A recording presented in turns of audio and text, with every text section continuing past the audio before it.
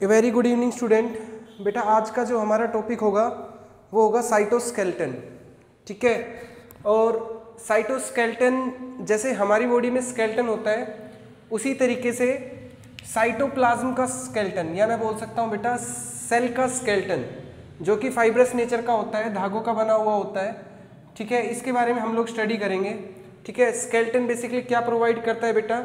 Skeleton basically base provide करता है, shape provide करता है। ठीक है, सो इसलिए फर्स्ट पॉइंट मैं बोल सकता हूँ कि ये ऑर्गेनल्स की पोजीशन को मेंटेन रखता है, क्योंकि सेल के अंदर जैसे सपोज करो ये मेरे पास एक सेल है, सेल के अंदर न्यूक्लियस एक फिक्स पोजीशन पे है, माइटोकॉन्ड्रिया एक फिक्स पोजीशन पे है, गोल्जी बॉडी एक फिक्स पोजीशन पे है। ये इस वजह से है क्योंकि बेटा ये आपस में एक दूसरे के साथ कनेक्ट है through the cytoskeleton. Okay, motility को मेंटेन करता है कि सेल किस तरफ मूव करनी है उसको मेंटेन करता है। ठीक है, और ऑर्गेनल की पोजीशन सेल शेप बनाता है। ठीक है, ये बात होती है। ठीक है, उसके बाद साइटोस्केलेटन जो है हमारी बॉडी में तीन तरीके का, सेल के अंदर तीन तरीके का देखने को मिलता है। एक होता है माइक्रोट्यूब्यूल, एक होता है इंटरमीडिएट फिलामेंट और एक होता है माइक्रोफिलामेंट। ठीक है, ये साइज के बेसिस पे है। इनमें से सबसे लार्ज साइज माइक्रोट्यूब्यूल है, उसके बाद इंटरमीडिएट फिलामेंट है और सबसे छोटा जो है वो माइक्रोफिलामेंट होता है। ये थोड़ा लार्ज है, ये थोड़ा उससे स्मॉल है और ये और भी ज़्यादा स्मॉल है।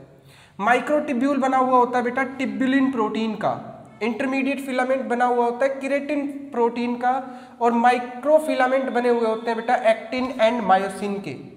ठीक है, उसके बाद बात आती है बेटा, हम लोग इन तीनों को एक एक करके जो है स्टडी करेंगे। सबसे फर्स्ट हम लोग बेटा बात करेंगे माइक्रोट्यूब्यूल की। किसकी बात करेंगे बेटा हम लोग? माइक्रोट्यूब्यूल की। माइक्रोट्यूब्यूल एनिमल सेल के अंदर हमें कहाँ देखने को मिलते हैं? जब भी सेल डिवाइड की जाती है, जब भी सेल डिवाइड होती है उस टाइम पे माइक्रोट्यूब्यूल बनते हैं। कैसे बनते हैं? सेल डिवाइड में क्रोमोसोम जो है बेटा ऐसे एक प्लेट के ऊपर आ जाते हैं। सेल डिवीजन जब हम लोग पढ़ेंगे तब मैं आपको बताऊंगा कि ये एक मेटाफेज स्टेट है। ठीक है, सेल डिवीजन की, और इस स्टेट में सभी क्रोमोसोम एक प्लेट के ऊपर जो है वो आ जाते हैं। और यहाँ पे एनिमल सेल के अंदर इस तरीके से दो कॉर्नर पे, दो पोल पे सेंट्रोजोम नाम का एक स्ट्रक्चर जो है बेटा वो प्रेजेंट होता है। सेंट्रोजोम, सेंट्रोजोम के अंदर एक स्ट्रक्चर होता है जिसको हम बोलते हैं सेंट्रियोल। दो सेंट्रियोल एक दूसरे के साथ परपेंडिकुलरली अरेंज होते हैं और वो कुछ फाइबर धागे जो है वो आगे की तरफ निकालते हैं, और ये धागे जो है बेटा ये जाके अटैच हो जाते हैं क्रोमोसोम के साथ। ठीक है, और ये क्रोमोसोम को इस तरीके से खींचते हैं, सेपरेट करते हैं, और तब जो है सेल डिवाइड होती है। ठीक है, तो ये जो स्पिंडल फाइबर है, जो ये धागे हैं, ये किसके बनते हैं बेटा? ट्यूबुलिन प्रोटीन के बनते हैं। मैं बोल सकता हूँ माइक्रोट्यूब्यूल के बनते हैं। ठीक है, क्योंकि माइक्रोट्यूब्यूल में कौन सा प्रोटीन होता है? ट्यूबुलिन प्रोटीन होता है। सो इसलिए मैं बोल सकता हूँ कि जो ये स्पिंडल फाइबर बनाए हैं, ठीक है, सेंट्रियोल ने, ये किसके बने हैं बेटा? माइक्रोट्यूब्यूल के बने हुए हैं। ठीक है, सेंट्रोजोम, सेंट्रोजोम के अंदर होते हैं बेटा सेंट्रियोल। इस तरीके से देखो, ये सेंट्रोजोम है सेल के अंदर। सेल के अंदर ये एक नॉन मेम्ब्रेन बाउंड स्ट्रक्चर है। ठीक है, इस तरीके से दो सेंट्रियोल एक दूसरे के, जैसे ये तो मैंने थोड़ा स्टिल्ट कर दिया, लेकिन ये बिल्कुल ऐसे होते हैं एक दूसरे के परपेंडिकुलर। ठीक है, और इनके आसपास होते हैं बेटा कुछ प्रोटीन, इसको मैं बोलता हूँ पेरिस सेंट्रियोलर मटेरियल। ठीक है, अगर मैं एक सेंट्रियोल का स्ट्रक्चर देखूं, सेंट्रियोल भी बेटा माइक्रोट्यूब्यूल के ही बने हुए होते हैं। ठीक है, सेंट्रियोल भी माइक्रोट्यूब्यूल के ही बने हुए होते हैं, और ये बाहर की तरफ ऐसे माइक्रोट्यूब्यूल ही निकालते हैं जिनको हम लोग स्पिंडल फाइबर बोलते हैं। जब ये सेल को, जब ये इनके यहाँ पे अटैच हो जाते हैं, ठीक है, क्रोमोसोम को, तो इस तरीके से खींचते हैं। कैसे खींचते हैं बेटा? यहाँ पे जो माइक्रोट्यूब्यूल होते हैं वो डिग्रेड होना शुरू हो जाते हैं, वो कम होना स्टार्ट हो जाते हैं, और इस तरीके से वो चीज़ जो है वो पीछे की तरफ खिंचती हुई चली जाती है, और ये जो है ऊपर की तरफ आ जाते हैं। ठीक है, जब सेल सेपरेट होती है, जब क्रोमोसोम सेपरेट होते हैं, तब हमें ये कुछ इस तरीके के जो है वो दिखाई देते हैं। जैसे मान लो ये एक क्रोमोसोम है, यहाँ पे सेंट्रियोल है, तो ये इसको पकड़ के लिया है, और ये एक सेंट्रियोल है, ये एक सेंट्रियोल है, ये इसको इस तरीके से पकड़ के लिया है। ठीक है, ये दोनों को अलग अलग कर देता है, और बीच में ऐसे फिर दीवार खिंच जाती है और ये सेल डिवाइड होती है। ठीक है, सो इसी तरीके से सेंट्रियोल जो है वो वर्क करता है, और सेंट्रियोल खुद में किससे बनता है बेटा? माइक्रोट्यूब्यूल से बनता है। माइक्रोट्यूब्यूल से कैसे बनता है? इसके अंदर बेटा ऐसे थ्री माइक्रोट्यूब्यूल्स, ऐसे थ्री माइक्रोट्यूब्यूल 9 जगह पे, 1 2 3 4 5 6 7 8 9, इस तरीके से 9 लोकेशन पे ये माइक्रोट्यूब्यूल जो है वो अरेंज रहते हैं ट्रिपलेट की फॉर्म में। किसकी फॉर्म में बेटा? ट्रिपलेट की फॉर्म में। ठीक है, ट्रिपलेट की फॉर्म में, मतलब 1 2 3, एक में 3 है तो 9 में कितने हो गए बेटा, टोटल 27 माइक्रोट्यूब्यूल है। लेकिन ये एक स्पोक जो बना रहे हैं, एक जो जगह बना रही है उसमें कितने माइक्रोट्यूब्यूल है, 3। तो इसलिए मैं बोलता हूँ बेटा ये ट्रिपलेट की फॉर्म में है और टोटल ये 9 लोकेशन पे है, तो इसलिए मैं बोलता हूँ बेटा 9। ठीक है, और बीच में इनके बेटा एक हब स्ट्रक्चर होता है जिसमें ये एक दूसरे के साथ ऐसे एक हब के साथ क्या होता है बेटा, ये जुड़े होते हैं।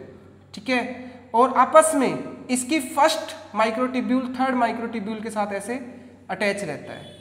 ठीक है, इस तरीके से आपस में एक दूसरे के साथ अटैच रहता है। जैसे मान लो ये एक का है, ये दूसरे का है। ठीक है, तो थर्ड और फर्स्ट एक दूसरे के साथ ऐसे अटैच रहते हैं।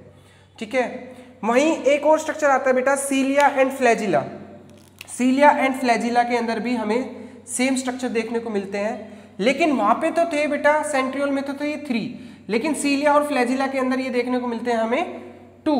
सीलिया आपने देखा होगा बेटा, सीलिया जो है वो आपको पैरामीशियम की स्किन के ऊपर देखने को मिले होंगे, हेयर लाइक स्ट्रक्चर।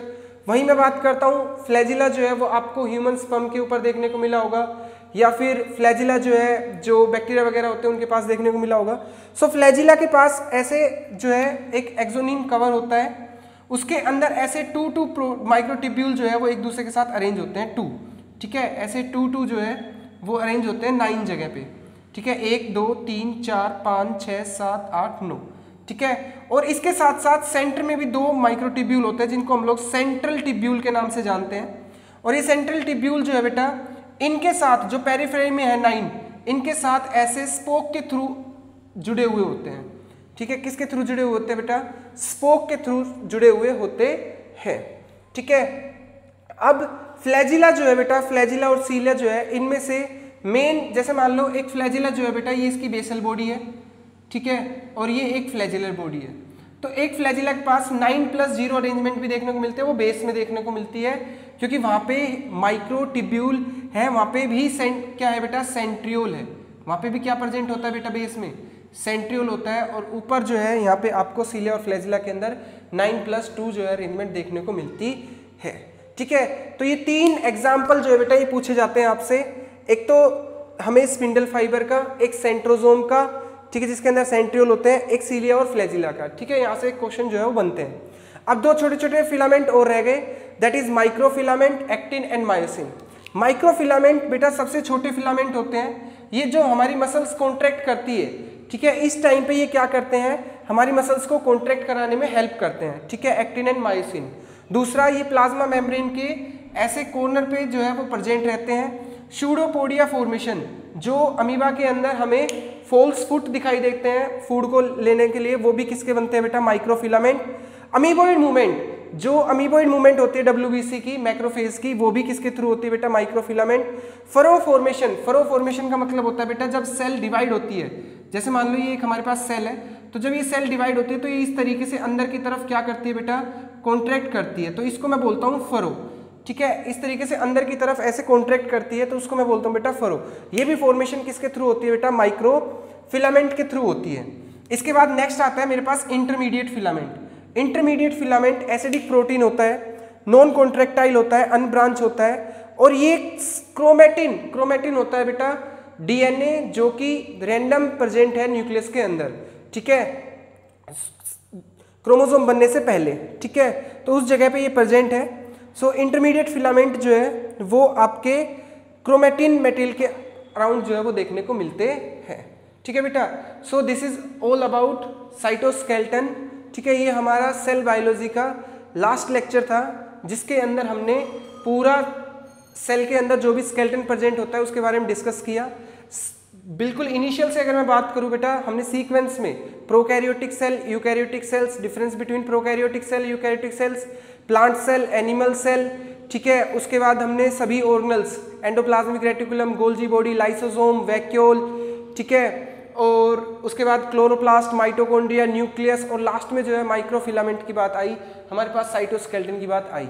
सो इस तरीके से हमने नीट और क्लास 11th के लिए बेटा ये चैप्टर जो है वो क्लोज करते हैं यहाँ पे। आई होप आपको ये बेटा समझ में आया होगा।